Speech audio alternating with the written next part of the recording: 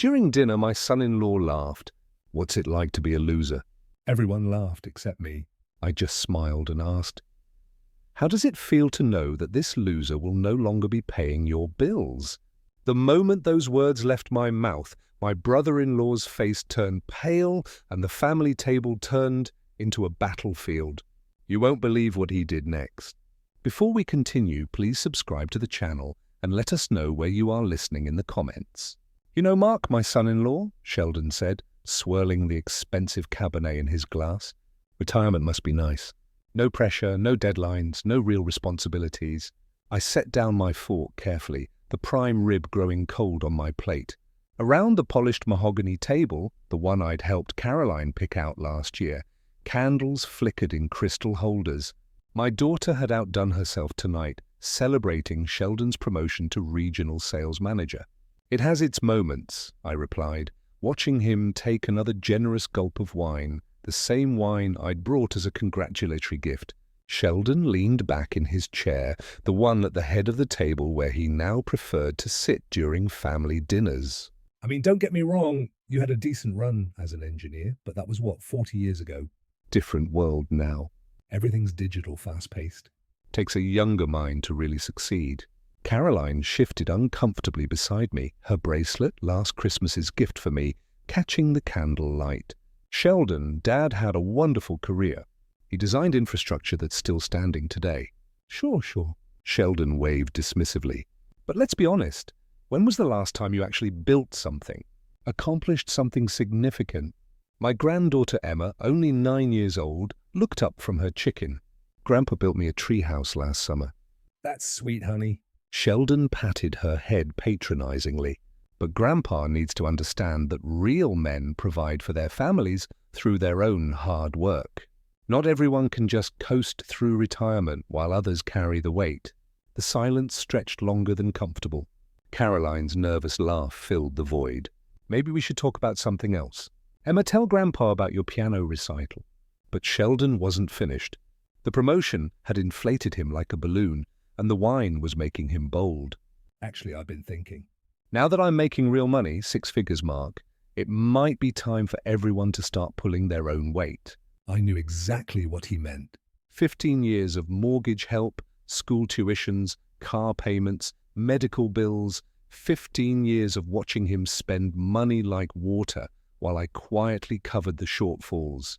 "Take Caroline, for instance," he continued, gesturing toward my daughter.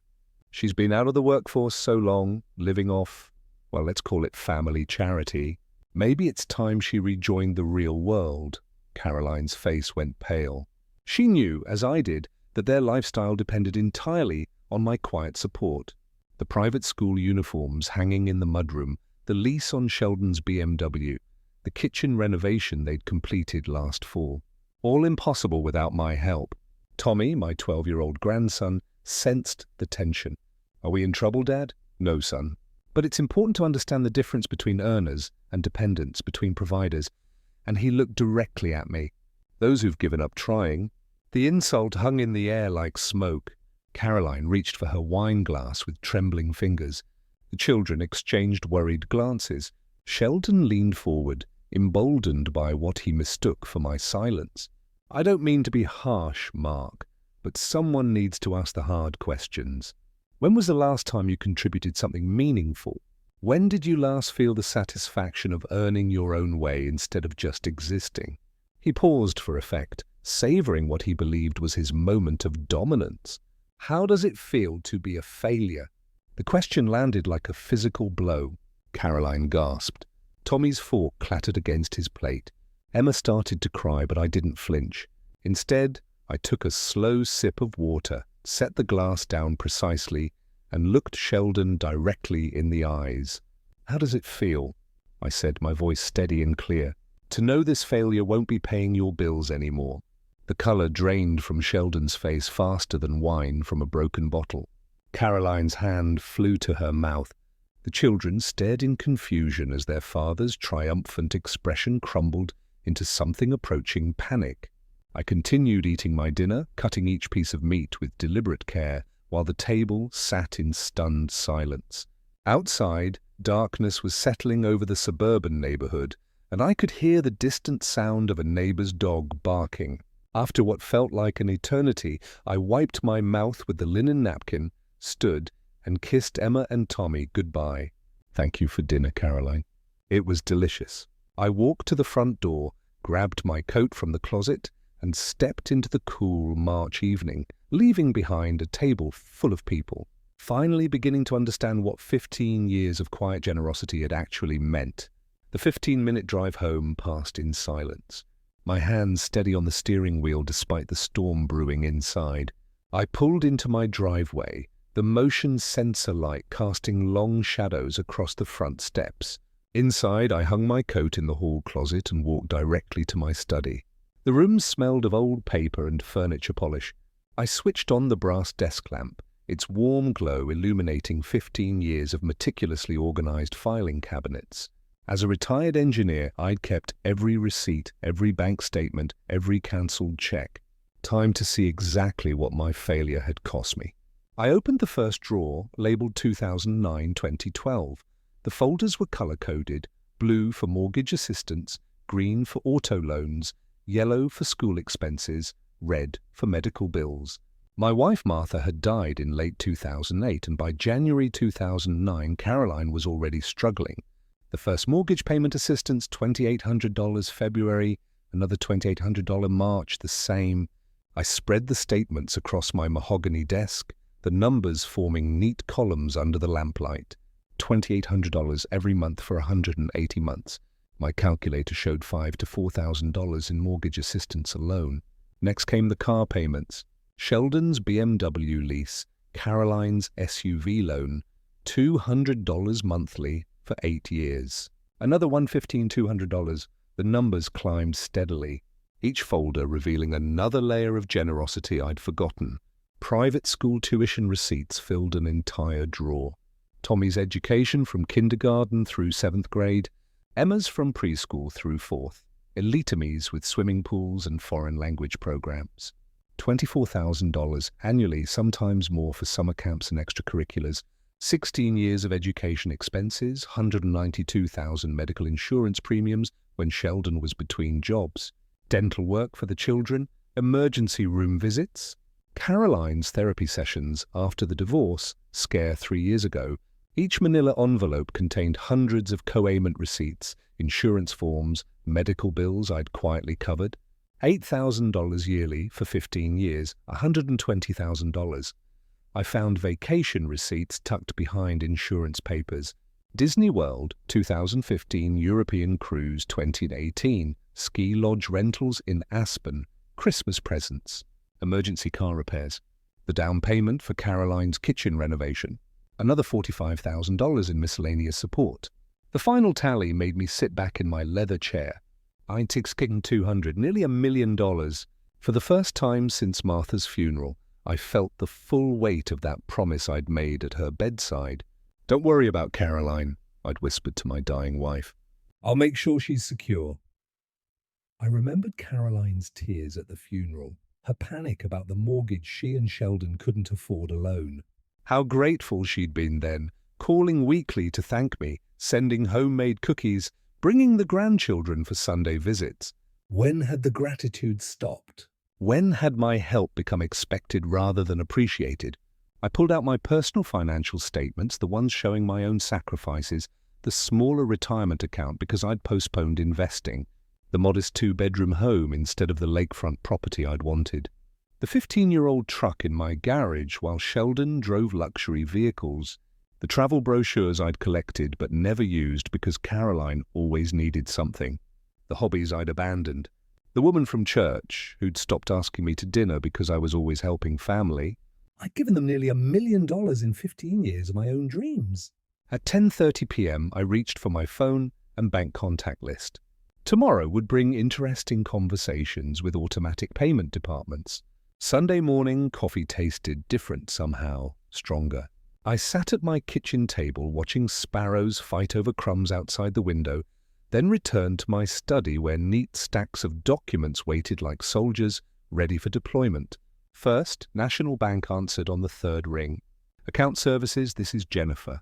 How may I help you?" I need to cancel automatic payments from checking account 45789942156.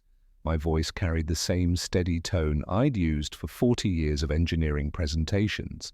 May I have the last 4 digits of your social security number for verification? The process took 12 minutes. Jennifer was thorough, professional, and completely unaware she was dismantling 15 years of financial architecture with each keystroke. Those payments are now discontinued. Mr. Bennett, is there anything else I can help you with today? That's all. Thank you. Check mark next to mortgage assistance 2800 month. Colorado Mountain Insurance required a supervisor. The BMW lease payment cancellation needed 3 transfers. Each call followed the same pattern. Polite verification, efficient processing, confirmation numbers I dutifully recorded in my notebook. By 11:15 a.m. I crossed off 8 items from my list. The phone rang at 11:47. Dad, Caroline's voice carried confusion rather than panic. Not yet. Something weird happened with our mortgage payment. The bank called saying there were insufficient funds in the account. But that doesn't make sense because you assumed I'd keep paying forever. Silence stretched between us like a taut wire. What do you mean? Her voice climbed half an octave. Exactly what I said last night. I am no longer covering your expenses. But Dad, you can't just... The mortgage, the insurance, Tommy's school. All discontinued as of this morning. I could hear her breathing quicken. This isn't funny. We'll lose the house. Then you'll need to figure out how to pay for it yourselves. The line went dead. My notebook showed 6 more calls to make. The utility companies were surprisingly efficient. Centura Academy's accounting department asked fewer questions than I'd expected. Each confirmation number went into my log with mechanical precision. Caroline called back at 12:23 p.m., her voice now tight with genuine fear. Dad, please. I don't understand what's happening. The school called the insurance company. Even the electric company. They're all saying our payments were declined because I cancelled the automatic transfers from my accounts. Your accounts? The question came out as a whisper. Did you think these payments materialized from thin air, Carolyn? Another silence then. But we never asked you to. You never asked, because you never had to. I simply did it. We can't afford. She stopped herself. Yes, that's the point. At 12:31, my phone rang again. This time, Sheldon's voice came through with forced authority. Mark, whatever game you're playing needs to stop right now. No game, just reality. You can't destroy our family because your feelings got hurt at dinner. I'm not destroying anything. I'm simply stopping my financial support. You wanted to know how it feels to be a failure. Figure out your own bills. His silence lasted longer than Caroline's had. The final call on my list was to my financial advisor. Monday morning, we'd discuss redirecting those monthly payments into my long-neglected retirement fund. Outside, the sparrows had found more crumbs. At 1:15 p.m., the familiar sound of Sheldon's BMW pulling into my driveway broke the afternoon quiet. Through my living room window, I watched him slam the car door with unnecessary force. While Caroline emerged from the passenger seat, clutching her purse like a lifeline, they marched up my front walkway with the determined stride of people convinced they held the moral high ground. I opened the door before they could knock. We need to talk.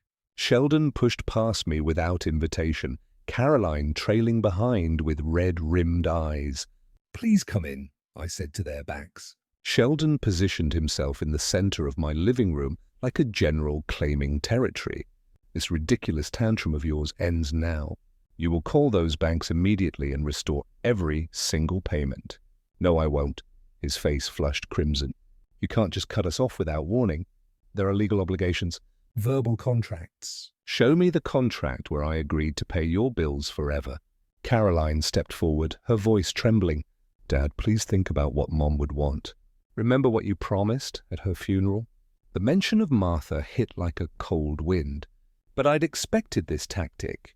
I promised to help you get stable. 15 years and nearly $1 million later, you're less stable than when we started. $1 million? Caroline's whisper barely carried across the room. I walked to my desk, retrieved my calculator and notebook. $970 $200, mortgage assistance, car payments, insurance, school tuition, medical bills, vacations, emergencies. Should I break it down by category? Sheldon's bluster faltered for exactly 3 seconds. Then that's impossible. We never asked for that much. You never asked for anything. You simply expected it. Caroline sank onto my couch, her face pale. But the children, Tommy's baseball league, Emma's dance classes, will continue. But I'll pay those directly from now on. No more money flowing through you and Sheldon. You can't divide the family like that. Sheldon snapped. We're a unit, a team. Teams require mutual respect. When did either of you last thank me for anything? The question hung unanswered in the afternoon air. Caroline's tears started slowly, then built to the desperate sobs I remembered from her teenage years. I didn't know it was so much. I thought you wanted to help. I thought it made you happy. It did until you stopped appreciating it and started demanding it, Sheldon. But then pacing my carpet like a caged animal.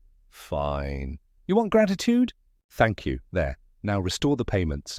Gratitude doesn't work retroactively, Sheldon. His pacing stopped. For the first time since entering my house, he looked genuinely worried rather than merely angry. What exactly do you want from us? I want you to figure out how to live within your means. I want my grandchildren to see their parents working for what they have instead of expecting handouts. I want to be treated like a father and grandfather, not an ATM. Caroline looked up through her tears. What if we can't? What if we lose everything? Then you'll learn what failure actually feels like. The silence stretched until even the afternoon shadows seemed to hold their breath. Sheldon straightened his shoulders, retrieving some of his corporate composure. We'll see about this. There are lawyers who specialize in elder financial abuse. I almost smiled. Please call them. I'd love to explain how I've been financially abused for 15 years. They left without another word. Sheldon's BMW roaring to life with more aggression than the engine probably appreciated.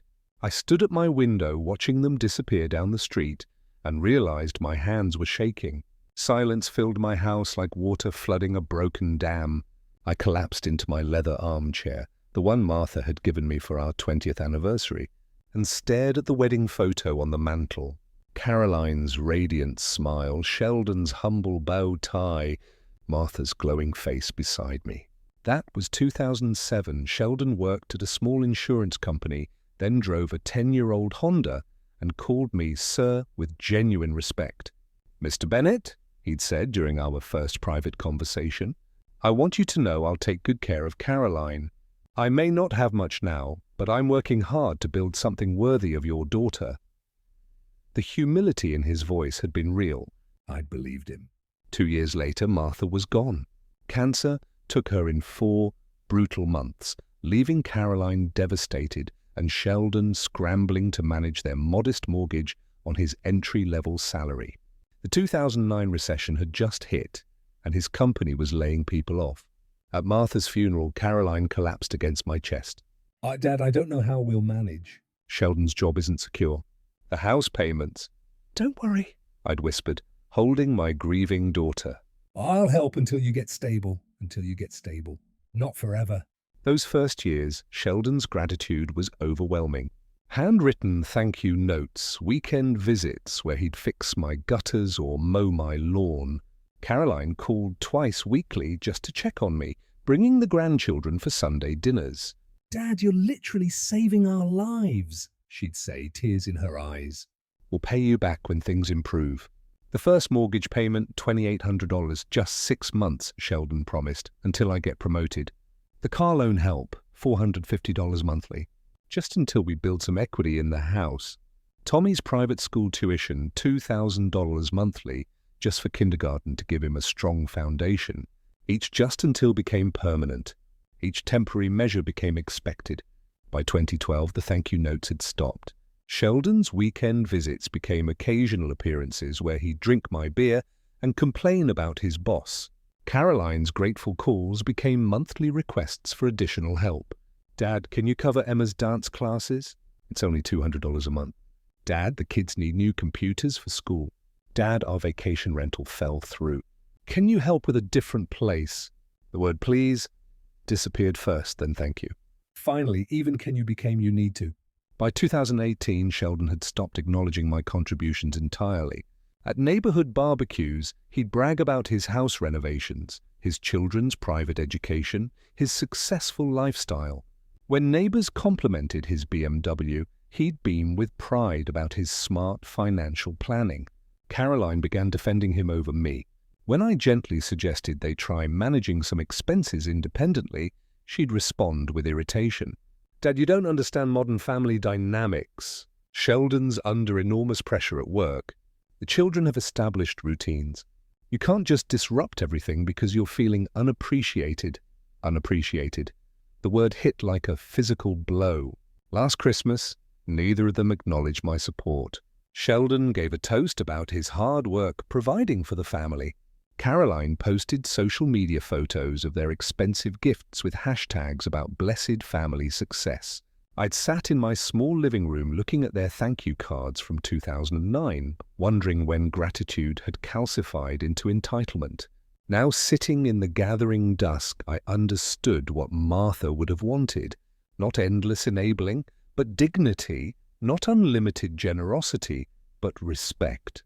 Outside, shadows stretched longer across my front yard, and somewhere in the distance, a phone began ringing. 3 days passed like watching dominoes fall in slow motion. You might say no to everything now. I never say no to ice cream with my granddaughter. That afternoon at Dairy Queen, Emma's scripted sadness melted away as she told me about her art project. When I dropped her off, Caroline watched from the window with calculating eyes. Wednesday brought a more direct confrontation. Nancy Morrison, a longtime neighbor, approached me at the grocery store. "Mark Bennett, I'm ashamed of you." Her voice carried across 3 aisles. Cutting off your own daughter when she needs you most. What would Martha think? I faced her calmly. Martha would think 15 years and nearly $1 million was generous enough. NY's righteous anger faltered. $1,976,200, mortgage assistance, car payments, school tuition, insurance premiums, medical bills, vacation expenses. Would you like to see the bank records? Other shoppers had stopped to listen. NY's face reened. Caroline never mentioned. Caroline mentions very little about what she receives. Nancy only what she wants. That evening, Dave called again. Sheldon was back at Murphy's tonight. Tried the same routine, but Bill Henderson was there. Remember Bill? He sold them that BMW 3 years ago. What did Bill say? Asked how Sheldon afforded a $60,000 car on his salary. When Sheldon started deflecting, Bill mentioned he remembered you co-signing the lease. The whole bar got quiet real fast. Thursday morning brought a call from my old engineering colleague, Tom. Heard some interesting gossip at the coffee shop. Also heard your side from Dave. Mind if I ask you directly? Did you really support them for 15 years? Every month since Martha died, and they never acknowledged it. Last Christmas, Sheldon gave a toast about his hard work providing for the family. Caroline posted photos of their expensive gifts on social media with hashtags about blessed family success. Tom whistled low. That's cold, Mark. Friday evening, I was watering my front garden when Mrs. Payne approached. "Mr. Bennett, my daughter heard something at school pickup today." Parents talking about family drama. She said, "Some people are questioning the story your son-in-law has been telling." I continued watering my roses. People have a right to their opinions. She also said, "You've been very generous to those children over the years." Very generous. I love my grandchildren. Of course you do. That's never been in question. Saturday morning, Caroline called, her voice shrill with desperation. People are asking questions, Dad. Uncomfortable questions about money and timelines and documentation. You need to stop spreading lies about us. I haven't spread anything, Caroline. I've simply answered questions honestly when asked directly. You're destroying our reputation in this community. I'm not destroying anything. I'm just no longer subsidizing the creation of false ones. The line went dead. Sunday arrived with clear skies and the knowledge that by afternoon we'd all be sitting in my living room again, but this time the community would be watching. The family meeting never happened. By Monday morning, reality had other plans. Dave called me at 8:15 a.m. Mark saw a foreclosure notice posted on Caroline's front door yesterday evening. Big official thing from the county. I set my coffee down carefully. 30 days. They had 30 days to pay 8,625, 3 months of missed mortgage payments plus penalties and legal fees. Tuesday morning brought more changes. Caroline's BMW was gone from their driveway, replaced by a 10-year-old Honda Civic. Mrs. Payne mentioned seeing Sheldon at the Honda dealership looking defeated, while Caroline filled out paperwork. The monthly savings must be significant, she observed. That BMW lease was probably costing them nearly $1,000 monthly. Wednesday afternoon, I stopped by the grocery store and saw Caroline behind the checkout counter. She wore a blue vest with a name tag, scanning items with mechanical precision. When Mrs. Patterson approached her lane, Caroline's face flushed deep red. Caroline, dear, I didn't know you were working here. Started Monday, Caroline replied, not meeting her eyes. Paper or plastic? Her shift ended at 6 p.m. I watched through the window as she walked to the old Honda. Her shoulders slumped with exhaustion. That evening, Tommy called me. Grandpa, Mum, and Dad are fighting again. Really loud this time. About what, buddy? Money. Dad said Mom's job doesn't pay enough to matter. Mom said Dad never made enough either. Then they said mean things about you. What kind of mean things? That you ruined everything on purpose. But then Mum started crying and said, maybe they ruined it themselves. Thursday morning brought the sound of raised voices from their house during my morning walk. Through the thin walls I caught fragments. 8 hours on my feet for peanuts. Never appreciated what we had. Your pride got us into this mess. 15 years of handouts, and now the arguing stopped abruptly, replaced by the sound of a door slamming and Sheldon's Honda starting up. That afternoon, Emma visited me, her usual cheerfulness replaced by worry. Grandpa, why is everything different now? I settled her at my kitchen table with cookies and milk. What feels different, sweetheart? Mom's always tired and sad.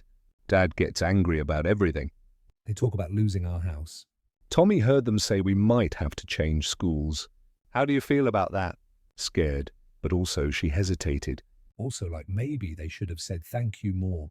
Out of the mouths of babes. Friday evening, I was reading in my study when my doorbell rang.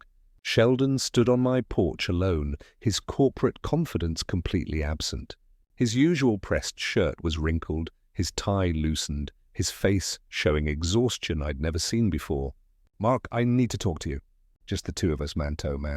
I invited him into my living room, the same room where he demanded I restore payments just 2 weeks ago. He sat heavily in the chair, his hands clasped tightly between his knees. The foreclosure is real. 30 days. Caroline's working 40 hours a week for $13.50 an hour. After taxes, that's maybe $100 a month. I'm bringing home about $5,800 monthly. The mortgage alone is $28,750. He looked up at me with something approaching humility. We can't make it work. Not even close. We never could we? Without you, I mean. No, I said quietly. You never could. I've been thinking about something you said about earning respect versus inheriting it. His voice cracked slightly. I never earned anything, did I? The house, the cars, the kids' schools. None of it was really mine. What do you want from me, Sheldon? I want to know if there's a way back from this. Not back to how things were, but forward to something better. Outside, the streetlights were beginning to flicker on as darkness settled over our suburban neighborhood. Saturday afternoon, I was organizing my financial documents when the doorbell rang. Caroline stood on my porch in her blue grocery store vest, her face stree with tears and exhaustion. Dad, please. We need to talk about Tommy and Emma. She looked different, smaller somehow. The entitled confidence I'd watched grow over 15 years had crumbled, leaving behind the frightened daughter I remembered from Martha's funeral. I invited her into the living room. She collapsed into the same chair where Sheldon had sat the night before, her hands shaking as she pulled off her work name tag. 4 days, she whispered. 4 days until they complete the foreclosure. Tommy keeps asking if we're really going to lose the house. Emma had nightmares last night about moving to a strange place. What do you want from me, Caroline? I want my children to have stability. I want them to finish the school year with their friends. I want Emma to sleep through the night without crying about leaving her bedroom. She looked up at me with eyes that held no trace of manipulation, only raw, maternal desperation. I've been working 40 hours a week on my feet, scanning groceries for people who used to be my friends. Yesterday, Mrs. Henderson came through my line and asked why I was working there. I wanted to crawl under the counter and disappear. But you didn't. No. I smiled and asked paper or plastic because I finally understand what work means, what earning means, what you've been trying to teach us. She wiped her nose with a tissue from her purse. Sheldon told me about your conversation last night. He said you asked if there was a way forward. There might be, but it would require significant changes from both of you. Tell me, I leaned forward in my chair. I'll pay Tommy and Emma's school tuition directly to Centura Academy. I'll cover their clothing, medical expenses, sports activities, and music lessons. I'll establish college funds for both of them. Caroline's face brightened with the first hope I'd seen in weeks. But I continued, I won't pay your mortgage, car payments, insurance, or any adult lifestyle expenses. You and Sheldon will live within your actual means. Period. We can do that. Or downsize, find a smaller place. There's more. I want public acknowledgement of the 15 years and $976,000 I've provided. I want sincere public apologies for the disrespect and entitlement. I want genuine gratitude, not just when you need something. Caroline's face crumpled. Sheldon will never agree to public apologies. His pride. Then his pride is more important than his children's stability. We sat in silence while she processed this reality. What kind of public acknowledgement? A letter to the community newspaper explaining how I've supported your family and thanking me for my generosity. An honest Facebook post about 15 years of financial help. Face-to-face apologies to the people you've lied to over the past 2 weeks. And if we do this, all of it, your children will have educational security and grandfather's love. You'll have a relationship with me based on honesty and mutual respect. But you'll also have a lifestyle limited by... That's what fathers do. Caroline stood up slowly, her grocery vest wrinkled and stained. No, that's what saints do. And we treated him like an ATM. From upstairs came the sound of Tommy's voice calling down, "Mom! Dad! Why are you yelling?" Both parents stopped, realizing their voices had risen. Emma appeared at the top of the stairs in her pajamas, rubbing her eyes. Are you fighting about Grandpa again? Caroline climbed the stairs to comfort her daughter while Sheldon paced the kitchen, his hands clenched into fists. When Caroline returned 20 minutes later, she found him staring at the foreclosure notice on the counter. I won't do it, he said without looking up. I won't stand in front of our neighbors and admit I'm a failure who couldn't provide for his own family. Then what's your solution? Where are we going to live? Where will the children go to school? We'll figure something out. Get a loan. File for bankruptcy. Something. Anything but crawling to your father and begging forgiveness for imaginary sins. Caroline pulled out her phone and opened the calculator app. Okay, let's figure it out. Our combined monthly income is $6,900. The mortgage is $2,875. That leaves $40. $25 for everything else. She continued typing numbers. Car payment for the Honda $350. Insurance $250. Utilities $300. Groceries $600. Gas $200.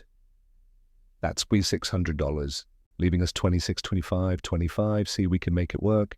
I haven't added the children's expenses yet. Tommy's baseball league $120 monthly.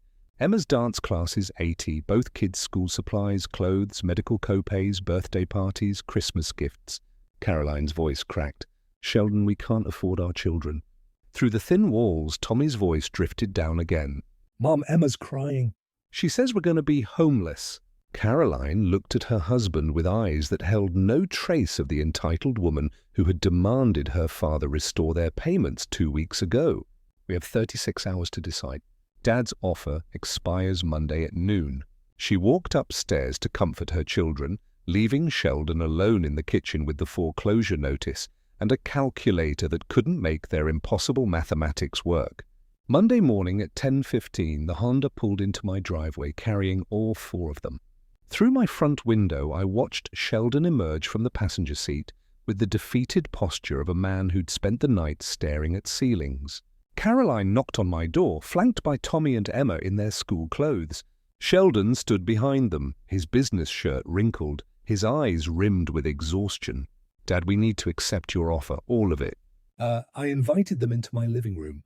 The children settled on my couch while Caroline took the same chair she'd occupied Saturday. Sheldon remained standing, his hands clasped behind his back like a defendant awaiting sentencing. "The bank called this morning," Caroline continued. "Foreclosure completes at 300 p.m. unless we pay $8,625. We don't have it." Emma tugged on my sleeve. "Grandpa, are we really going to lose our house?" "Not if I can help it, sweetheart." Sheldon cleared his throat. "Mark, I need to say some things." He walked to my mantel, studying the wedding photo of Martha and me, then turned to face his family. 15 years ago, you offered to help us temporarily. I took that help and turned it into a permanent arrangement without ever acknowledging what you were sacrificing." His voice cracked slightly. "I told people the house renovations were from my success at work. I bragged about the cars like I'd earned them. I let Tommy and Emma think their grandfather was just being nice instead of being their actual provider." Caroline reached over and took Emma's hand. "Dad, I owe you apologies too.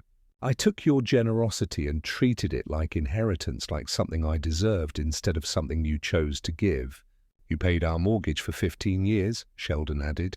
$54,000. You paid our car loans, insurance, school tuition, medical bills, vacations, Christmas gifts, birthday parties, dance classes, baseball leagues." Tommy looked up with wide eyes. "Grandpa paid for my baseball." "Grandpa paid for everything," Caroline said quietly. "Almost $1 million over 15 years. Emma's small voice cut through the heavy air. "Why didn't you tell us?" Caroline's face wrinkled. "'Cause we were ashamed. Not of Grandpa's help, but of how we acted like we didn't need it." I leaned forward in my chair. "If I help you keep the house today, things will be different. I'll pay Tommy and Emma's school tuition directly to Centura Academy.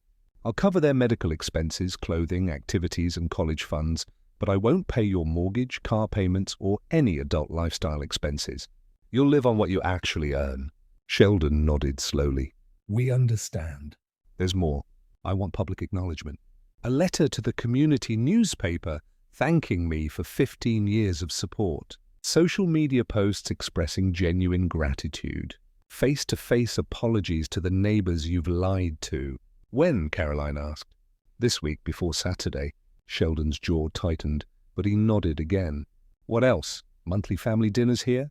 Not to report your finances, but to maintain proper relationships. To remember that family means respect, not entitlement."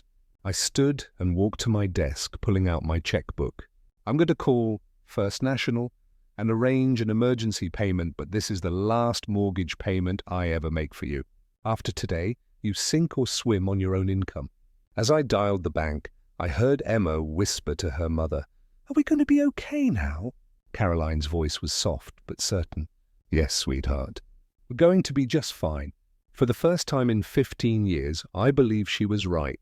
3 months later, on the third Saturday of June, they arrived for our monthly family meeting at exactly 2 p.m. Caroline had been promoted to shift supervisor at the grocery store, earning $15.50 an hour. Sheldon had learned to balance their budget without expecting miracles. Grandpa, Emma, bounded through my front door in her soccer uniform, grass stains on her knees, and a medal around her neck. "Look what I won at the tournament." "That's wonderful, sweetheart. Tell me about the winning goal." While Emma regaled me with athletic heroics, Tommy showed me his report card, straight A's, and a note from his teacher praising his improved attitude and confidence. Caroline set a manila folder on my coffee table. "Dad, here's this month's budget review. We're covering the mortgage, utilities, groceries, and car payment entirely from our combined salaries. We even started a small emergency fund." Sheldon, who 3 months ago couldn't look me in the eye, now contributed to our discussions with genuine respect. "Mark, I wanted to ask your advice about a potential promotion opportunity at work. The regional director position might open up next quarter." "What would it involve?" "More responsibility, better salary, but also travel. I wanted to make sure Caroline and I could handle the children's schedules if I'm away occasionally."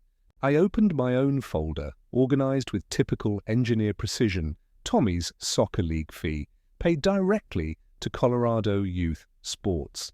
Emma's piano lessons handled through Mountain Music Academy. Both children's dental checkups are scheduled for next month, covered under my family plan. Caroline smiled, a genuine expression I hadn't seen in years. Dad, I can't thank you enough for keeping their lives stable while we figured out how to be actual adults. Speaking of being adults, Sheldon added, we completed the community service hours Judge Martinez assigned after our public apology letters. Volunteering at the food bank was enlightening. We met families genuinely struggling, not just living beyond their means like we were. Emma tugged on my sleeve. Grandpa, can we show you the thank you cards we made? Both children produced construction paper cards decorated with glitter and heartfelt messages. Tommy's read, thank you for taking care of us, even when Mum and Dad forgot to say please. Emma's was simpler. I love you, Grandpa. You're the best. These weren't coached expressions or guilt-driven apologies. These were the authentic words of children who finally understood what love and security actually meant. There's something else, Caroline said quietly. Sheldon and I have been talking about eventually buying a smaller house, something we can actually afford on our own income. Not immediately, but maybe in 2 years when we've built more savings. That sounds like good planning, Sheldon nodded. We want to prove we can stand on our own feet. Not because we don't appreciate your help with the kids, but because we need to respect what you've already given us. As the afternoon wound down, Tommy asked the question that summarized everything. Grandpa, are you proud of us now? I looked around my living room at my daughter, who had learned the value of work, my son-in-law, who had swallowed his pride for his children's sake, and my grandchildren, who finally understood gratitude. Yes, Tommy, I'm very proud of all of you. They left as the sun was setting, Emma's hand in mine as I walked them to their car, the same Honda that had replaced the BMW, but somehow it looked less like a downgrade and more like a choice made with wisdom. Watching their taillights disappear down my street, I realized Martha would have been proud too. Not of the money I'd spent or the control I'd finally asserted, but of the family we'd become when respect replaced entitlement and love replaced exploitation. The revenge I'd sought wasn't punishment. It was transformation. And sometimes that's the sweetest justice of all. If you like this story, please like this video, subscribe to the channel, and share your impressions of this story in the comments. To listen to the next story, click on the box on the left. Thank you for watching.